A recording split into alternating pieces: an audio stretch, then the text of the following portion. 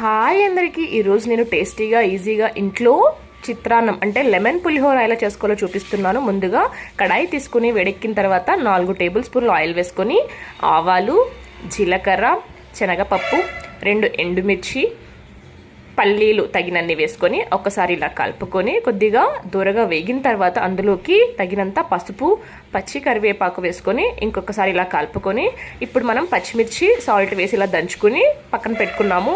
మీకు ఒకవేళ అవసరం లేదంటే చిన్న చిన్న ముక్కలైనా తీసుకొని వేసుకొని ఒక్కసారి పోపులో ఇలా కలిపేసేసుకొని పక్కన పెట్టుకోండి. ఇప్పుడు మనము రైస్లోకి తగినంత సాల్ట్, నిమ్మరసం వేసి అలాగే పోపు కూడా వేసేసి ఇలా మంచిగా కలుపుకుంటున్నాము. ఇది రాయలసీమలో అయితే చిత్రాన్నం అంటారండి, అందరికీ అర్థం కాదు కాబట్టి నేను లెమన్ పులిహోర అని చెప్తున్నా.